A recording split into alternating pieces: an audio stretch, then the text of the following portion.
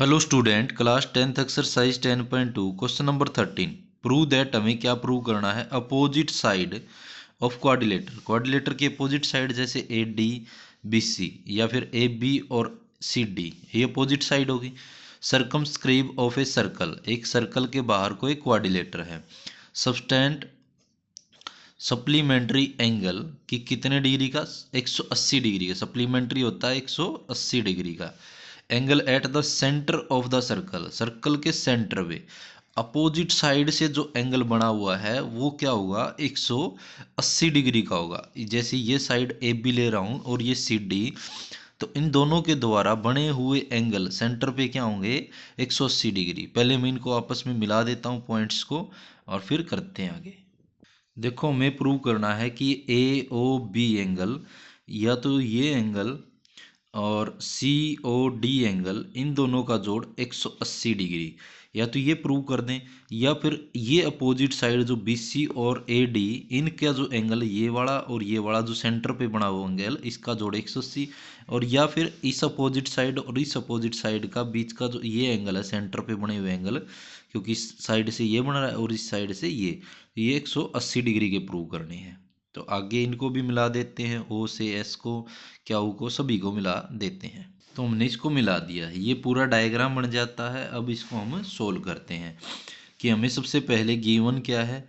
तो गिवन हमारे पास है कि ए बी सी डी क्या है, एक क्वाड्रिलेटर। क्या है हमारे पास, देखो क्वाड्रिलेटर दे रखा है, क्वाड्रिलेटर। तो सबसे पहले ये गिवन है और उसके बाद हमें प्रूव करना है। टू प्रूव हमें ये करना है, या तो ये लाइन लिख दो या फिर हम लिख सकते हैं कि ए ओ बी एंगल प्लस सी ओ डी एंगल का जोड़ क्या हो जाएगा, सी ओ डी एंगल का जोड़ 180 डिग्री। या फिर दूसरा प्रूव कर सकते हैं बी ओ सी और ए ओ डी कि अपोजिट साइड का जो एंगल है वो 180 डिग्री होना चाहिए, या फिर ये लाइन लिख देते हैं। तो लाइन को रहने देते हैं, हम इसको प्रूफ करते हैं अब। तो यहाँ से प्रूफ लेके चलें भाई। सबसे पहले हमारे पास ऐसा क्या करें कि ये एंगल आपस में बराबर हो जाए। तो यहाँ पे मैं इस एंगल को मैं 1 नाम दे देता हूँ, इस एंगल को मैं 2 नाम दे देता हूँ, इसको 3 नाम दे देता हूँ। तो इसको मैं सेम ऐसे ही सभी एंगल्स को मैं नाम दे देता हूँ। इसको 4 दे देते हैं, इसको 5 6 7 8, ये सभी एंगल्स को मैं नाम दे देता हूँ। अब सबसे पहले कोई भी दो ट्रायंगल्स को मैं आपस में सिमिलर प्रूव कर दे। जैसे मैं एक ट्रायंगल ये और एक ये वाला, ये दोनों ट्रायंगल को आपस में कॉन्ग्रुएंट प्रूव कर देता हूँ। तो सबसे पहले हम लेके चले triangle D O R, triangle D O R, and दूसरा ट्रायंगल लेके चले हम एस ओ आर या डी ओ एस। ये दोनों आपस में मैं कॉन्ग्रुएंट प्रूव करूँ तो ओ डी जो है वो दोनों में है, ओ डी बराबर ओ डी कॉमन साइड, तो दोनों में है अभी, ये कॉमन साइड है। उसके बाद देखो हमारे पास ये जो ओ एस है, ओ आर है, ये दोनों क्या हो जाएंगी, रेडियस हो जाएंगी एक ही सर्कल की, क्योंकि यहाँ से लेकर के यहाँ पे सेंटर को टच हो रहा है रेडियस, ये रेडियस ही होती है। तो इस ट्रायंगल की ओ आर और इसकी ओ एस क्या हो जाएगा, रेडियस ऑफ सेम सर्कल। एक ही सर्कल की रेडियस आपस में क्या होंगी, बराबर होंगी। अगर अलग सर्कल होता तो क्या होता है, बराबर ना होती, लेकिन एक ही सर्कल है। उसके बाद डी एस और डी आर ये भी आपस में बराबर होंगी। तो इस साइड वाली तो डी आर और इसकी डी एस क्यों बराबर होंगी, रीजन क्या होगा कि डी के द्वारा खींची गई टेंजेंट आपस में बराबर होगी। Tangent drawn from point D के द्वारा खींची गई टेंजेंट आपस में बराबर होंगी, ये हो जाएगा। तो इससे हम कह सकते हैं triangle D O R congruent हो जाएगा ट्रायंगल डी ओ एस के। किस विधि से, साइड साइड साइड कॉन्ग्रुएंसी। तो साइड साइड से हमने प्रूव कर दिया। अगर ये दोनों ट्रायंगल आपस में कॉन्ग्रुएंट है तो इनके ये एंगल, बचे हुए एंगल आपस में बराबर होंगे। तो मैं कह सकता हूँ एंगल ए किसके बराबर होगा, एंगल 2 के। किससे, सी पी सी टी से। इसी टाइप से मैं एंगल 3 4 को भी, ये दो ट्रायंगल प्रूव करके, इस तरह ही 5 6 को भी, इस तरह 7 8 को भी।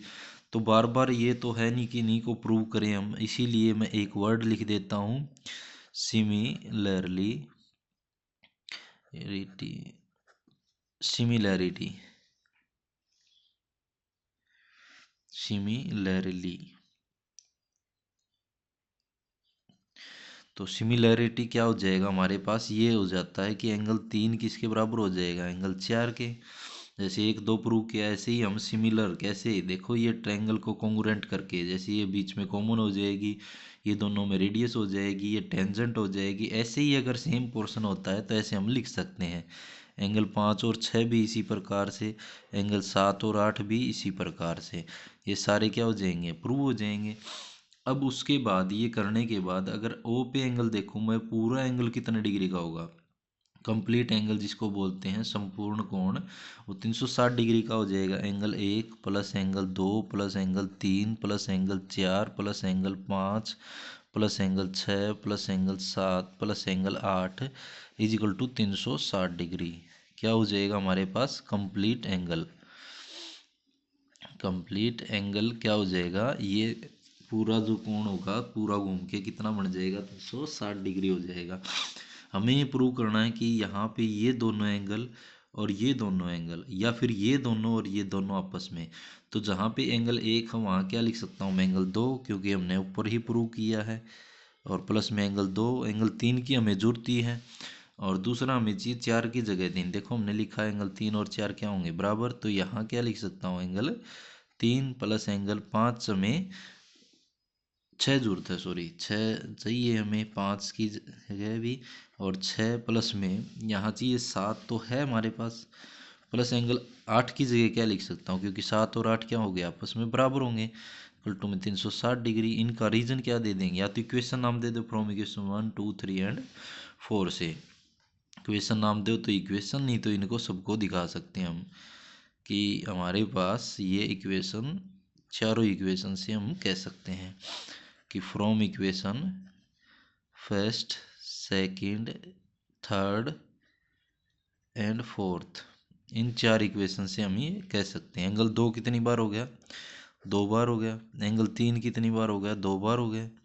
एंगल 6 कितनी बार हो गया, एंगल 6 भी कितनी बार हो गया, 2 बार हो गया। सेम ऐसे एंगल 7 भी कितनी बार हो गया, 2 बार हो गया, इजिकल टू में 360 डिग्री।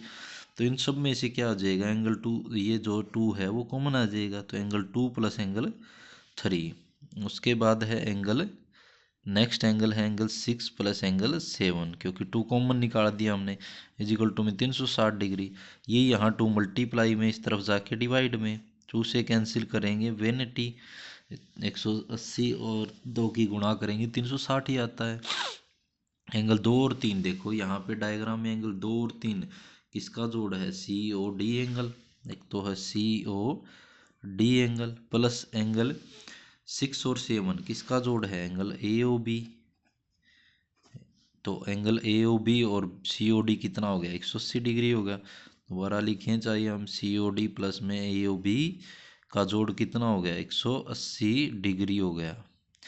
तो यही हमें क्या था, प्रूव करना था कि अपोजिट साइड से बने हुए एंगल का जोड़ क्या होगा, 180 डिग्री होगा, सप्लीमेंट्री होगा। तो ये प्रूव वाली लाइन भी लिख सकते हैं हम, जैसा कि, और नहीं तो हम ऐसे भी हैंस प्रूव्ड लिख सकते हैं, ये प्रूव वाली लाइन हम लिख सकते हैं हैंस। तो ये हमारे पास क्या हो जाता है, प्रूव हो जाता है कि ये अपोजिट साइड से बना हुआ एंगल क्या होगा, 180 डिग्री होगा। तो देखो भाई, ये था हमारे पास क्वेश्चन नंबर 13, एक्सरसाइज का लास्ट क्वेश्चन था। तो ऐसा आपको समझ में आया तो वीडियो को लाइक शेयर सब्सक्राइब जरूर कीजिए। धन्यवाद।